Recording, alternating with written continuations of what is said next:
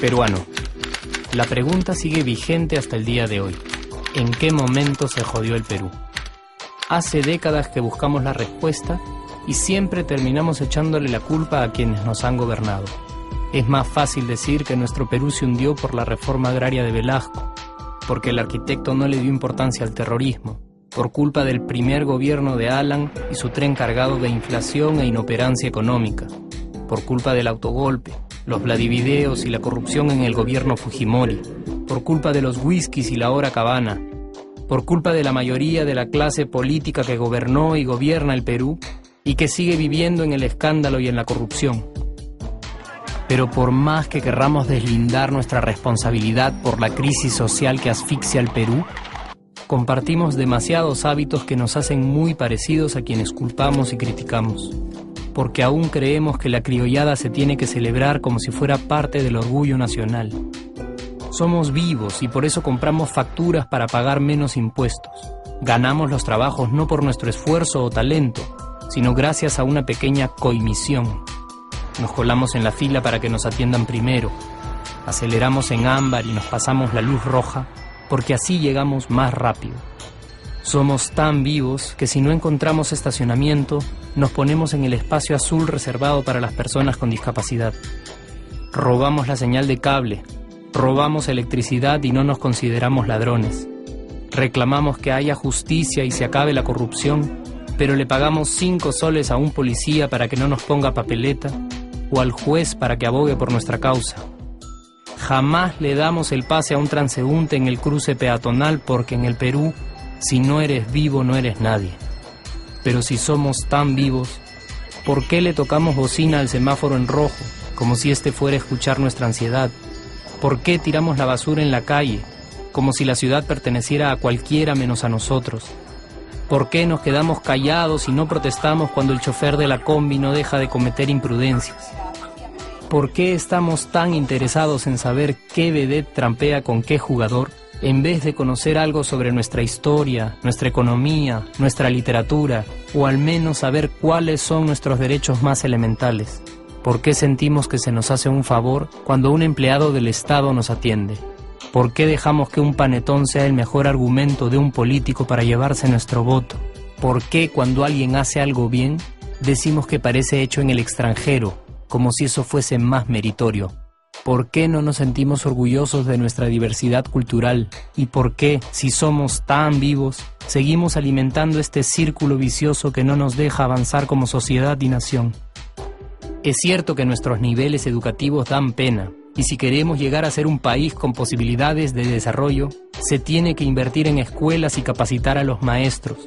Pero ¿de qué nos servirá una buena educación fuera de casa cuando dentro educamos a nuestros hijos dándoles el peor ejemplo? Es cierto que se necesitan medidas urgentes para frenar la ola de delincuencia y violencia que azota al país. Pero ¿de qué nos servirá pacificar las calles cuando en nuestros hogares la violencia física y psicológica parece haberse institucionalizado?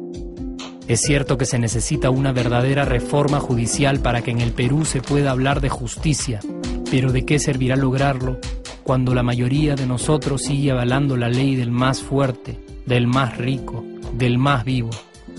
Es cierto que para reducir los conflictos sociales se requiere del diálogo, pero ¿de qué nos servirá ese diálogo si seguimos pensando que dialogar es imponer nuestras ideas y no escuchar al que piensa diferente a nosotros? Es cierto que necesitamos mejores leyes de inclusión social y muchísimos más proyectos de integración. Pero ¿de qué nos servirán estas leyes y proyectos si hasta el día de hoy la publicidad peruana define nuestros estratos socioeconómicos por el color de la piel y a nadie le parece raro? Si hasta el día de hoy seguimos avergonzándonos de nuestras diferencias o sintiéndonos superiores por estas mismas diferencias. Es cierto, es mucho más fácil echarle la culpa de absolutamente todo a nuestros gobernantes, pero la realidad es que el Perú se hunde en exacta proporción a esa viveza que alimentamos todos día tras día.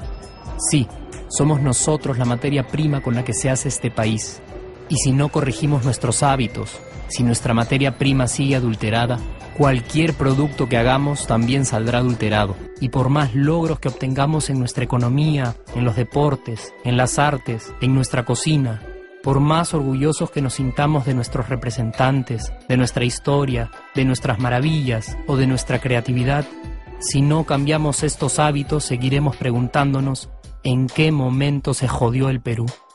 Yo ya estoy harto de esa pregunta. Estoy harto de ver cómo un país con tantas posibilidades y oportunidades, con tantas riquezas naturales y con tanta historia, tenga que seguir viviendo en el subdesarrollo solo porque no nos creemos capaces de vivir de otra manera.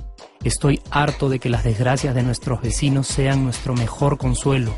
Harto de que el sí se puede sea solo una frasecita hecha para un partido de fútbol y que no podamos aplicarla en nuestra vida. Aunque te cueste creerlo, sí podemos. Claro que podemos. Pero depende de que tú y yo comencemos a trabajar en ello de una vez por todas. Porque la transformación del país hacia una nación desarrollada ya no está solo en cancha de los políticos o de los poderosos, y no está en el terreno de los milagros.